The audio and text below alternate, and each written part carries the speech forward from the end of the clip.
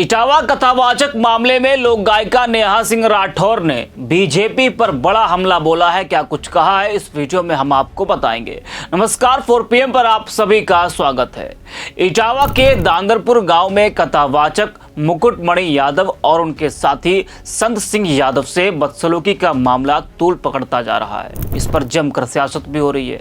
एक और जहां इस मामले में राजनीति तेज है, तो वहीं दूसरी ओर जातीय गोलबंदी भी तेज हो गई है। कथावाचकों के समर्थन में समाजवादी पार्टी और यादव महासभा के उतरने के बाद अब ब्राह्मण महासभा ने भी मोर्चा खोल दिया है। इससे पहले की वीडियो में आपको हमने बताया था। आपको बता दें कि यह घटना बकेवर थाना क्षेत्र के दादरपुर गांव की है, जहां 21 तारीख को भागवत कथा का आयोजन किया गया था और कार्यक्रम में कथावाचक मुकुटमणि और आचार्य संत सिंह कथा वाचन कर रहे थे। आयोजन के दौरान कुछ ग्रामीणों ने कथावाचकों की जाति को लेकर आपत्ति जताई। ऐसा आरोप लगा। आरोप यह कि कथावाचकों ने स्वयं को ब्राह्मण बताकर कथा का आयोजन किया, जबकि वह अन्य जाति से थे।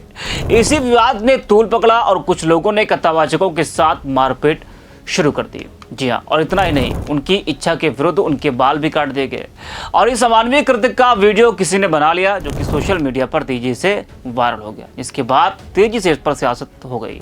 वीडियो के वायरल होने के बाद क्षेत्र में तनाव की स्थिति बनी है और स्थानीय लोगों और धार्मिक संगठनों ने इस घटना की कड़ी निंदा की और दोषियों के खिलाफ सख्त कार्रवाई की मांग की।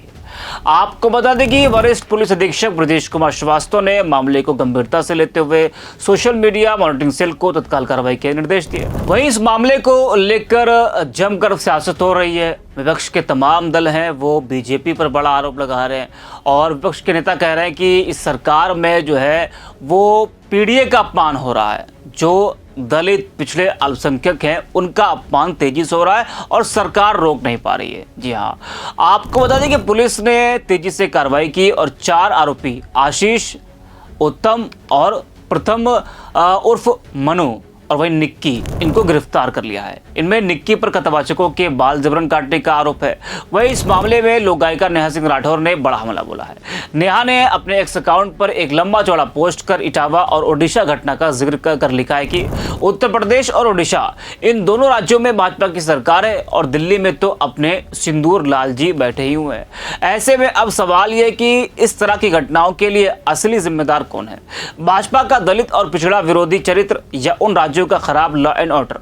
क्योंकि ये पहली घटना नहीं है, ऐसी घटनाओं की लिस्ट बहुत लंबी है। मसलन कुछ समय पहले मध्य प्रदेश में, जहां भाजपा की सरकार है, भाजपा के एक नेता ने आदिवासी समाज के एक व्यक्ति के सिर पर पेशाब कर दिया था और घटना के खिलाफ बोलने पर मेरे ऊपर FIR दर्ज कर दी गई थी।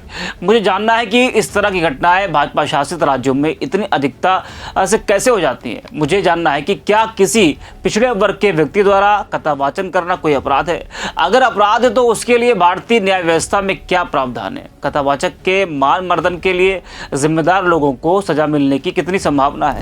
वही नेहा ने एक वीडियो भी जारी किया है। क्या कुछ कहा है? 2 घटनाएं हैं, दोनों को ध्यान से सुनिए। उत्तर प्रदेश के इटावा जिले में यादव समाज के एक व्यक्ति को कथा सुनाने के अपराध में बेइज्जत किया गया और उसका सिर मुड़ दिया गया। सजा देने वालों को कथा सुनाने का अपराध इतना बड़ा लगा कि उस व्यक्ति के ऊपर एक महिला के मूत्र का छिड़काव भी किया गया।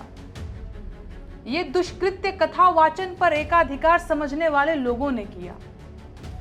दूसरी घटना ओडिशा की है, जहां गंजाम जिले में गो तस्करी के शक में 2 दलित युवकों को बुरी तरह पीटा गया।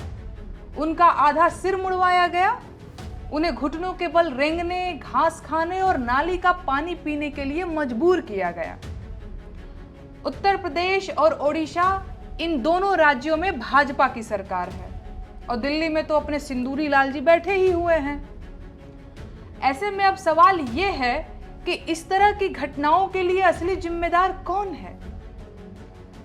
भाजपा का दलित और पिछड़ा विरोधी चरित्र या उन राज्यों का खराब लॉ एंड ऑर्डर? क्योंकि ये पहली घटना तो है नहीं, ऐसी घटनाओं की लिस्ट बहुत लंबी है। मसलन कुछ समय पहले मध्य प्रदेश में, जहां भाजपा की ही सरकार है, भाजपा के एक नेता ने आदिवासी समाज के एक व्यक्ति के सिर पर पेशाब कर दिया था और घटना के खिलाफ बोलने पर मेरे खिलाफ FIR दर्ज की गई थी। खैर, मुझे जानना है कि इस तरह की घटनाएं भाजपा शासित राज्यों में इतनी अधिकता से कैसे हो जाती हैं। मुझे जानना है कि क्या किसी पिछड़े वर्ग के व्यक्ति द्वारा कथा वाचन करना कोई अपराध है? अगर अपराध है तो उसके लिए भारतीय न्याय व्यवस्था में क्या प्रावधान है? कथावाचक के मान मर्दन के लिए जिम्मेदार लोगों को सजा मिलने की कितनी संभावना है? पहलगाम आतंकी हमला देश में हुआ पहला आतंकी हमला नहीं था। देश लंबे समय से आतंकवाद से लड़ रहा है और हमने अपने हजारों नागरिक आतंकी हमलों में खोए हैं। हर बार ये हमले पूरे देश के विरुद्ध माने गए और मृतकों को देश का नागरिक माना जाता रहा। पर भाजपा सरकार की कृपा से ऐसा पहली बार हुआ कि जब पूरे देश ने मृतकों की सूची में हिंदू और मुसलमान नाम छांटे, माहौल बनाया गया कि आतंकियों ने धर्म पूछकर मारा। एक पूरे समाज को आतंकवादी और उनका साथी बताने की कोशिश की गई, जबकि सच ये है कि सरकार अभी तक हमलावरों को पकड़ना तो दूर उनकी सही पहचान तक नहीं जुटा पाई है। और अब खबर आ रही है कि सरकार ने पहलगाम हमले के लिए जिम्मेदार आतंकियों के गलत स्केच जारी किए थे। अब सवाल यह है कि जिस गलत जानकारी के आधार पर देश की एक बड़ी आबादी को अपमानित किया गया, उसकी जिम्मेदारी कौन लेगा? और जो कष्ट पहुंचा है उसकी भरपाई कैसे होगी? एक सबसे जरूरी सवाल यह है कि आखिर भारतीय जनता पार्टी किन लोगों की पार्टी है? सरकार चलाने वाले लोग कौन लोग हैं? ये लोग दलितों को अपमानित करते हैं, पिछड़ों को अपमानित करते हैं, महिलाओं को अपमानित करते हैं, अल्पसंख्यकों को प्रताड़ित और अपमानित करते हुए उनकी वफादारी पर सवाल उठाते हैं। आखिर ये कौन लोग हैं? ये किस हक से ऐसा करते हैं? और ये किन लोगों की पार्टी है? क्या ये कहना गलत होगा कि भारतीय जनता पार्टी दरअसल देश के बहुसंख्यक सवर्ण समाज के पुरुषों के वर्चस्व वाली पार्टी है? सच ये है कि भाजपा में मौजूद बाकी समाजों के प्रतिनिधि दरअसल प्रतिनिधि नहीं, कठपुतलियां हैं, जो अपने समाज का हित करने का ढोंग करते हैं और उन्हें बरगलाते हैं। और अगर ऐसा नहीं है तो ऐसी घटनाओं पर भाजपा में मौजूद इन कठपुतलियों ने अब तक कोई व्यापक आंदोलन क्यों नहीं किया? भाजपा का अल्पसंख्यक मोर्चा अल्पसंख्यकों के लिए क्या कर रहा है? सच ये है कि देश के लिए आतंकवाद से ज्यादा खतरनाक जातंकवाद है, क्योंकि इसे फैलाने में बहुत सारे लोग शामिल हैं जिन्हें सरकार का मूक समर्थन मिला हुआ है। एक बेहद अहम सवाल ये भी है कि गाय के नाम पर जिस तरह से देश भर में लिंचिंग की गई, उससे गोपालन को बढ़ावा मिलेगा या लोग हतोत्साहित होंगे? पहले गाय के नाम पर मुसलमान समाज को निशाना बनाया जाता था, अब दलितों को भी टारगेट किया जा रहा है। मेरा विश्वास कीजिए, जो लोग खुद को सुरक्षित समझ रहे हैं और ऐसी घटनाओं के प्रति तटस्थ हैं, वो भी दरअसल सुरक्षित नहीं हैं। भरोसा ना हो तो कुछ दिन इंतजार कर लीजिए। आज देश को आतंकवाद के साथ साथ जातंकवाद से भी लड़ने की जरूरत है, जिसके लिए सबसे पहले इसकी जड़ पर प्रहार करना होगा।